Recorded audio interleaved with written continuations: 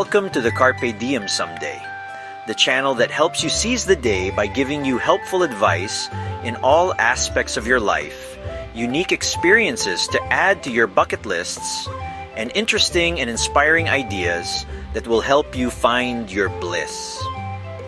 We're diving deep into something we all need a little help with sometimes, talking to each other. And I don't mean just making small talk about the weather. I'm talking about really connecting with the people we love. You know, those heart-to-heart conversations that make you feel all warm and fuzzy inside? We're gonna learn how to have more of those. Because let's be honest, sometimes we're so busy with our own lives, we forget to really listen and connect with the people who matter most. So, get ready to laugh, maybe shed a tear or two. Just kidding. Hopefully not. Unless it's tears of joy from all the amazing communication tips you're about to learn. Over the next few chapters, we're going to break down 7 simple steps to better communication with your loved ones. We're talking parents and kids, husbands and wives, even siblings. Because let's face it, those relationships can be the trickiest. And to make things even more fun, we'll sprinkle in some juicy stories about how celebrities navigate their own relationships through the power of communication. So buckle up, get comfy, and let's get this communication party started.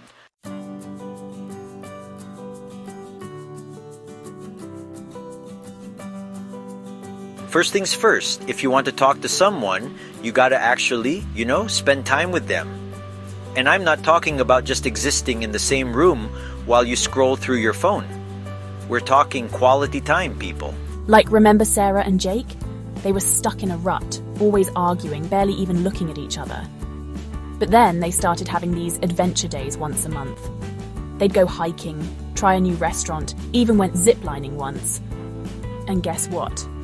They started talking again, laughing again, remembering why they fell in love in the first place. And it's not just for young couples. Mark and Lisa, they'd been married for forever. They were comfortable, but the romance was, well, let's just say it needed a jump start. So they decided to have a weekly date night, no excuses. They'd get dressed up, go dancing, even took that tango class they always talked about. And suddenly, they were looking at each other with those googly eyes again. It was adorable.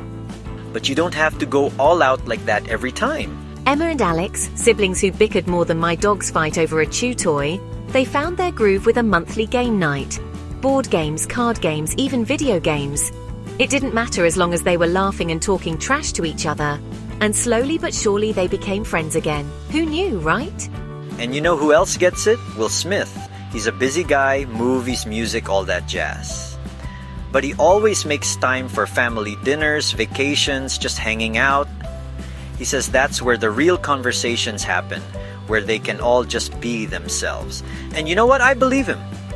Because when you prioritize quality time, the communication just flows naturally.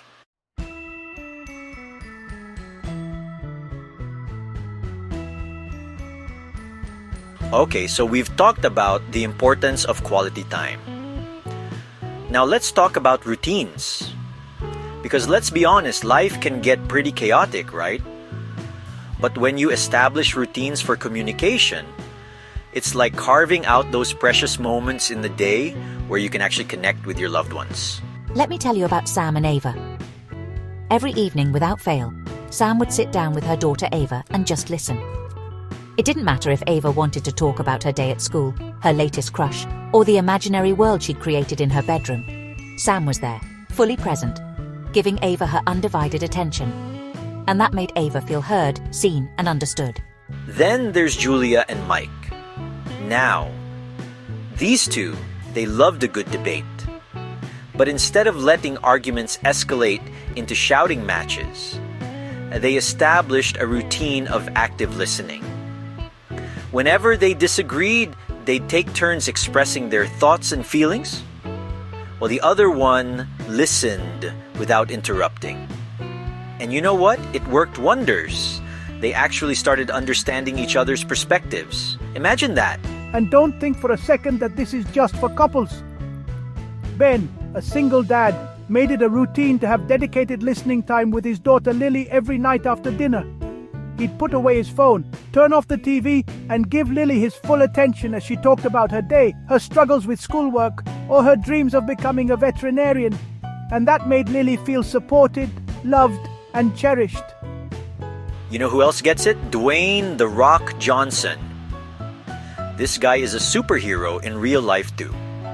He makes it a point to listen to his daughters, no matter how big or small their concerns are. He even has tea parties with them where they can talk about anything on their minds. Because even the toughest guys know that listening is the key to a strong relationship. Now, I know establishing routines might sound a little rigid at first, but trust me, it's all about finding what works for you and your loved ones. It doesn't have to be complicated. Remember Jake and Mia from earlier? The ones who went from bickering siblings to brunch buddies. Well, their Sunday brunch tradition wasn't just about the food, although the pancakes were pretty epic. It was about having that dedicated time each week to catch up, to vent, to share their lives with each other. And it became the cornerstone of their relationship. And let's not forget about Oprah. That woman is a walking, talking encyclopedia of wisdom, especially when it comes to relationships. She says that having regular family rituals, whether it's Sunday dinners, game nights, or even just watching a movie together, creates a sense of connection and belonging that's essential for strong communication. And let's be real, if Oprah says it's important, we should probably listen. The point is, establishing routines for communication doesn't mean you have to stick to a strict schedule. It's about creating those consistent opportunities for connection, for sharing, for just being present with the people you love. And who knows, you might even discover some new favorite traditions along the way. So, there you have it. Prioritize quality time and establish routines. Two simple, yet incredibly powerful steps to better communication with your loved ones. Stay tuned for the next chapter, where we'll dive into the art of active listening. Because let's be honest, sometimes it's not about what we say, but how well we listen that truly matters.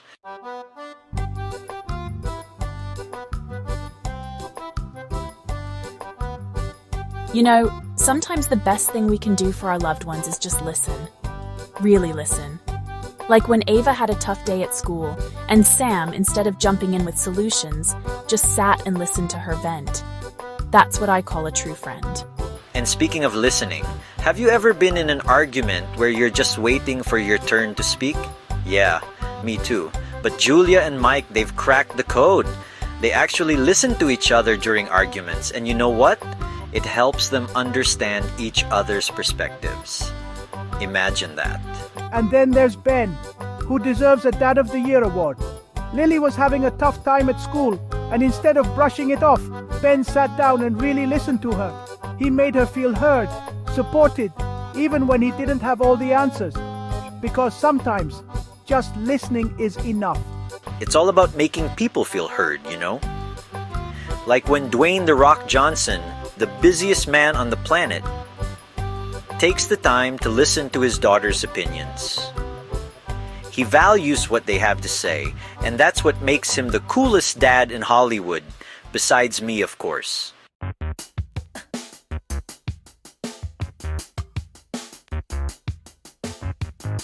You know what I love? A good conversation. And you know what makes a conversation great? Open-ended questions. Like when Karen asked Noah, "Tell me more about that," instead of just, "That's nice."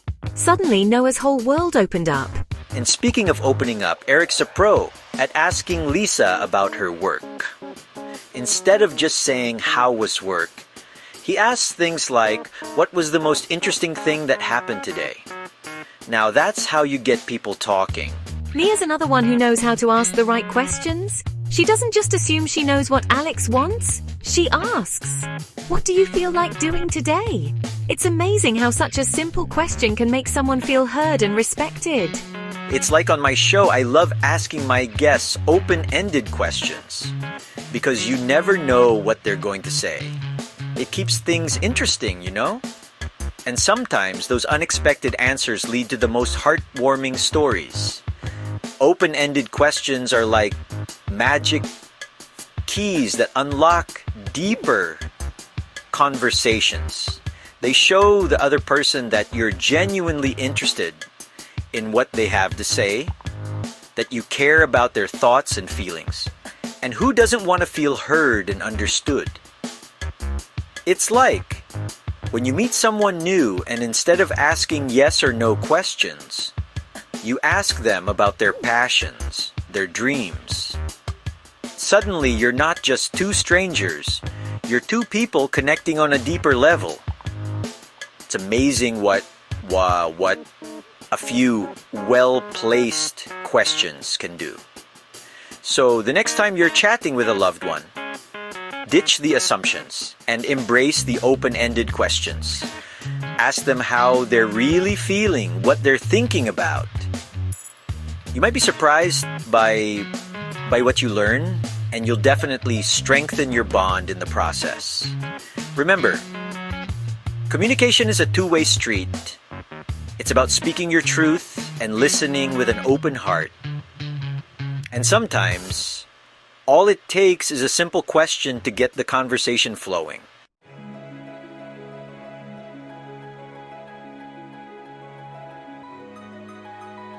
You know what they say, assumptions are the termites of relationships. Or was it Oprah? Either way, it's true. Take Mark and Sophie, for example. Instead of assuming Sophie was upset with him, Mark just came right out and asked. And speaking of clearing the air, Tom deserves a gold medal in communication. When he noticed Lisa was frustrated, he didn't jump to conclusions. He simply asked, "What's going on?" And guess what? Lisa felt safe enough to open up about what was bothering her. Emma and Alex are another shining example of how avoiding assumptions can save the day. When Alex was acting a little distant, Emma didn't jump to conclusions. She asked him about it, and guess what? It turned out he was just stressed about work. See? Communication is key. It's like when you think someone's mad at you, but you have no idea why. Don't you wish they'd just tell you what's up? Well, guess what? You can be that person. Be direct, be open, and save yourself a whole lot of unnecessary drama. Avoiding assumptions is all about choosing clarity over confusion. It's about creating a safe space for honest communication, where everyone feels comfortable expressing their thoughts and feelings without fear of judgment. Remember that time I thought my neighbor was throwing shade with her gardening choices? Turns out she was just trying to attract butterflies. Butterflies, people! If I had just talked to her, I could have saved myself months of awkward sidewalk encounters. Jennifer Aniston, America's sweetheart, once told me that she's a big believer in open communication. She believes that honesty and directness are essential for healthy relationships. And you know what? She's totally right. Who has time for guessing games? So the next time you're feeling unsure about something in a relationship, take a deep breath and choose honesty. Ask questions, express your concerns, and listen with an open mind. You'll be amazed at how much stronger your relationships will become.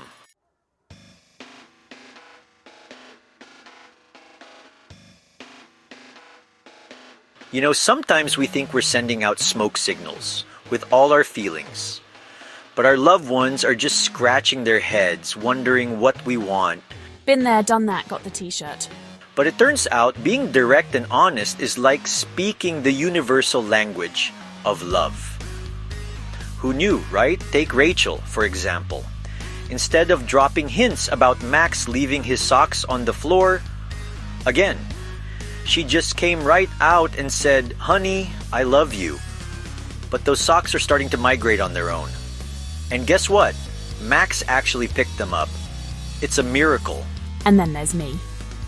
I was feeling super stressed about a work project, but instead of bottling it up, I told David, "Look, my brain is basically a popcorn machine right now, and I need a little help." David, being the amazing partner he is, totally understood and offered to lend a hand. See, honesty really is the best policy. So the next time you're tempted to drop a hint or two, just remember Rachel's socks and Sarah's popcorn brain. Sometimes clear communication is the shortest distance between two hearts. And trust me, your loved ones will thank you for it. Now, I know what you're thinking. Ellen, being honest is scary. And you're right, sometimes it is. But trust me, it's way less scary than the alternative. You know, years of built-up resentment and passive-aggressive post-it notes. Let's talk about Mia and Ben. Mia was feeling a little neglected because Ben was spending a lot of time on his new hobby, which is great. But instead of stewing in silence, she sat him down and said, "Honey, I love that you're passionate about model trains, but I miss spending quality time with you." Ben, being the good guy that he is, hadn't even realized how his new hobby was affecting Mia. They talked it through, and guess what? They found a solution that worked for both of them. It's like they say, communication is key. Or maybe it was a fortune cookie. Either way, it's good advice. Speaking of honesty, have you ever seen Reese Witherspoon in an interview? She's like the queen of keeping it real. And you know what? People love her for it because honesty is refreshing. It's relatable. And it builds trust. So go on, channel your inner Reese and speak your truth. You got this.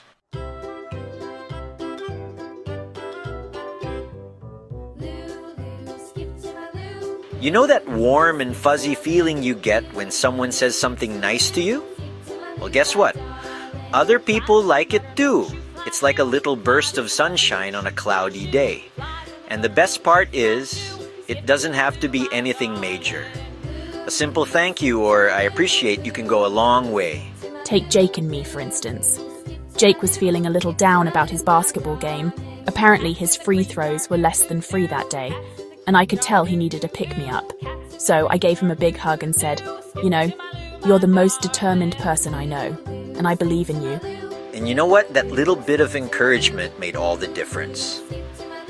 Jake's face lit up like a Christmas tree, and he even offered to do the dishes that night. Now that's what I call a win-win. Speaking of kindness, I left Lisa a sweet note on the fridge the other day, and let me tell you, it was adorable. It basically said, "Lisa, you make me laugh every single day, even when you're trying to steal the covers at night." See, it's the little things that mean the most. We all crave appreciation, right? It's like a high five for the soul. And you know what? It's even more special when it comes from someone we love. It's like saying, "Hey, I see you, I value you, and I'm grateful for you." And who doesn't want to hear that? I try to show appreciation all the time. I leave little thank you notes for Alex, for taking out the trash, for making me laugh, for just being him. And let me tell you, it makes Alex feel like $1,000,000. And speaking of appreciation, let's talk about Taylor Swift for a minute. Have you ever noticed how much she adores her fans? She's constantly thanking them, interacting with them on social media, and making them feel like they're part of something special. And that, my friends, is how you build a loyal following. Now, I know what you're thinking. "Ellen, I'm not Taylor Swift. I can't just write songs about my loved ones." And you know what? You're right, but you don't have to. A simple "I appreciate you" or "You mean the world to me" can go a long way. Trust me, your loved ones will feel the love.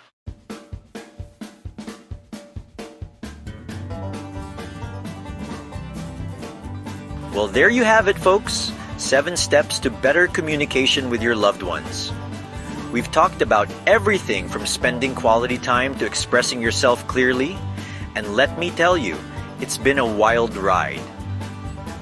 But seriously, these steps are like the ingredients for a delicious relationship cake. You put in the effort, you add a little bit of love, and you end up with something truly special. And the best part is, you don't have to be a communication expert to make it work. Please do like, share, and subscribe to Carpe Diem Someday for more content that will help you find your bliss. Just remember the stories we've shared, from Sarah and Jake's adventure days to Taylor Swift's fan love fests, and you'll be well on your way to building stronger, happier, and more fulfilling relationships. So go on, get out there, and start communicating. And if you happen to see Reese Witherspoon, tell her I said hi.